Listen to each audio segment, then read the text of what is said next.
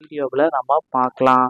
So ஆசிரியர் தகுதி தேர்வில் நடந்த ஆசிரியர் தகுதி தேர்வு குறித்து ஆசிரியர் சங்கங்கள் பரபரப்பான குற்றச்சாட்டு வச்சுருக்காங்க. 9 பள்ளிகளை மூடவும் செஞ்சுருக்காங்க. என்ன அப்படின்றத பற்றி நம்ம பார்க்கலாம். தாவேக அரசு மீது ஆசிரியர்கள் பகீர் குற்றச்சாட்டுகளை எடுத்து அடுக்கி வச்சிருக்கிறதுக்கு காரணம் என்ன? ஸோ மேலும் முதல்வர் விஜய் ஆசிரியர்களுக்கு எப்பொழுது ஒரு நல்ல செய்தியை வழங்க இருக்காரு. 149 ஜிஓ 2013 டெட்ல பாஸ் பண்ணவங்களுக்கு உண்டான போஸ்டிங்கை எப்பொழுது போட இருக்காரு என்பன குறித்த தகவல்களை இந்த ஒரு வீடியோவின் வாயிலாக பார்க்கலாம் வாங்க. நேற்று நடந்த ஆசிரியர் தகுதி தேர்வு குறித்து ஆசிரியர் சங்கங்கள் பரபரப்பான குற்றச்சாட்டு நடத்திருக்காங்க. ஸோ இதில் என்ன அப்படின்னு பார்த்தீங்கன்னா, அவங்களுக்கு ஒரே நாளில் ஸோ ஒரு 1வதுலேருந்து 5வது வரைக்கும் இருக்கிற ஆசிரியர்களுக்கு சனிக்கிழமையும், 6வதுலேருந்து 8வது வரைக்கும் இருக்கிற ஆசிரியர்களுக்கு ஞாயிற்றுக்கிழமையும் இப்படி நடத்தப்பட்டது ரொம்ப ஒரு அநீதியை இழக்கும் செயல் அப்படின்ட்டு நிறைய குற்றச்சாட்டுகள் வந்திருக்கு.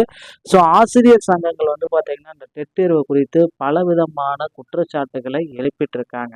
இதில் சில முக்கியமான தகவல்கள் எப்போ வரும் அப்படின்றது இன்னமும் நமக்கு தெரியப்படவில்லை. பள்ளி கல்வித்துறையில் அடுத்து பார்த்தீங்கன்னா 9 பள்ளிகளை மூட செஞ்சுருக்காங்க. ஒரு மாணவர் கூட இல்லாமல் இந்த 9 பள்ளிகளை உடனடியாக மூடுங்க அப்படின்ற மாதிரி போயிட்டுருக்கு. ஏன் எந்த நிலைமைக்கு இப்படி தள்ளப்பட்டிருக்கிறது பள்ளி கல்வித்துறை? இதற்கு முக்கியமான முடிவுகள் எங்கே எடுப்பாங்க? யார் இதற்கு காரணம்? எஸ்எம்சி குழு தான் இதற்கு முக்கியமான காரணமா? பள்ளிகளில் மாணவர்களுடைய சேர்க்கை குறைவதற்கு எங்கிருந்து வந்தது அப்படின்றது நிறைய பேர் குழப்பத்தோடு இருக்காங்க. ஸோ ஒரு மாணவர் கூட இல்லாமல் என்ன செய்வது? விழிப்புணர்வு ஏற்படுத்திய தவறிய ஆசிரியர்கள். நடப்பு கல்வியாண்டில் திருப்பூர் மாவட்டத்தில் மூடப்பட்ட உத்தேசித்துள்ள அரசு துவக்க பள்ளிகளின் எண்ணிக்கை ஸோ ஒரு அப்ராக்சிமேட்லி திருப்பூர் மாவட்டத்தில் இவ்வளவு பள்ளிகள் பார்த்தீங்கன்னா மூடப்பட்டிருக்குது. 9 பள்ளிகள். ஒரு மாணவர்களுக்கு கூட இதில் சேராததுனால இதில் ரொம்ப ஒரு கடினமான சுச்சுவேஷனுக்கு வந்ததுனால பள்ளிகளை மூடவும் செஞ்சுருக்காங்க. ஸோ கிட்டத்தட்ட 9 பள்ளிகளை மூட வேண்டிய சுச்சுவேஷனுக்கு வந்துருச்சு. இதனால் மீண்டும் அந்த இடத்துல அந்த பள்ளிகளை திறப்பாங்களா இல்லையான்றது தெரியப்படவில்லைங்க.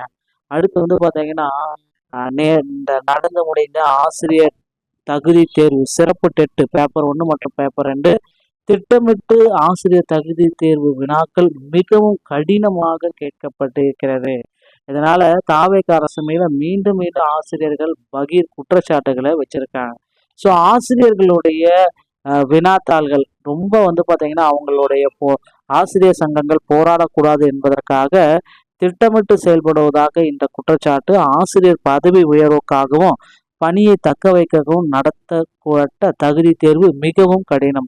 தேர்வில் 8ஆம் வகுப்பு வரையிலான பாடத்தில் இருந்து கேட்கப்படும் கேள்வியாக கூறியதாக தகவல்.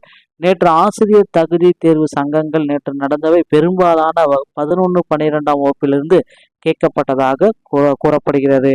அவுட் ஆஃப் சிலபஸிலிருந்து ஏராளமான கேள்விகள் கேட்கப்பட்டதால் பணியை தக்க வைப்பதே ஆசிரியர்களின் கவனமாக இருக்க வேண்டும் என கருதப்படுகிறது. மற்ற கோரிக்கைகளுக்காக போராடாமல் இருக்க வேண்டும் என அரசு புகார் கருதுவதாக தெரிவிக்கப்படுகிறது. 1 முதல் 8ஆம் வகுப்பு வரை பாடம் எடுக்கும் ஆசிரியர்களுக்கும் இதே நிலைதான். நேற்று நடந்த தேர்வில் பெரும்பாலான கேள்விகள் பார்த்தீங்கன்னா 11 to 12 வகுப்புலேருந்து கேட்டதுனால ஆசிரியர்கள் பகீர் குற்றச்சாட்டு, ஆசிரியர் சங்கங்களும் இதில் குற்றச்சாட்டு வச்சிருக்காங்க. அடுத்து பள்ளி கல்வித்துறையில் எஸ்எம்சி மூலமாக புதிய நியமனங்களை கொண்டு வரத்துக்கும் திட்டங்கள் வச்சிருக்காங்க. ஸோ இதுக்கு அடுத்து பார்த்தீங்கன்னா தேர்தல் வாக்குறுதிகளில் முதல்வர் விஜய் குறிப்பிட்ட மாதிரி 149 ஜிஓவை நீக்கிறதுக்கு உண்டான ஒரு மிகப்பெரிய அரசாணையை இன்னும் ஒரு சில தினங்களில் நமக்கு வெளியிடுவார். அடுத்து ஸோ பள்ளி கல்வித்துறையில் பகுதி நேர ஆசிரியர்களை பல ஆசிரியர்களுக்கு உண்டான ஒரு பணி நியமன வாய்ப்பையும் விரைவில் கொடுப்பார் அப்படின்றது எதிர்பார்க்கலாங்க. ஸோ டிஆர்பியில் இந்த தகவல்கள் உங்களுக்கு பிடிச்சிருச்சு அப்படின்னா நீங்கள் நம்முடைய சேனலோடு இணைந்திருங்கள். மீண்டும் ஒரு நல்ல தகவலோட நான் உங்களை சந்திக்கிறேன். நன்றி, வணக்கம்.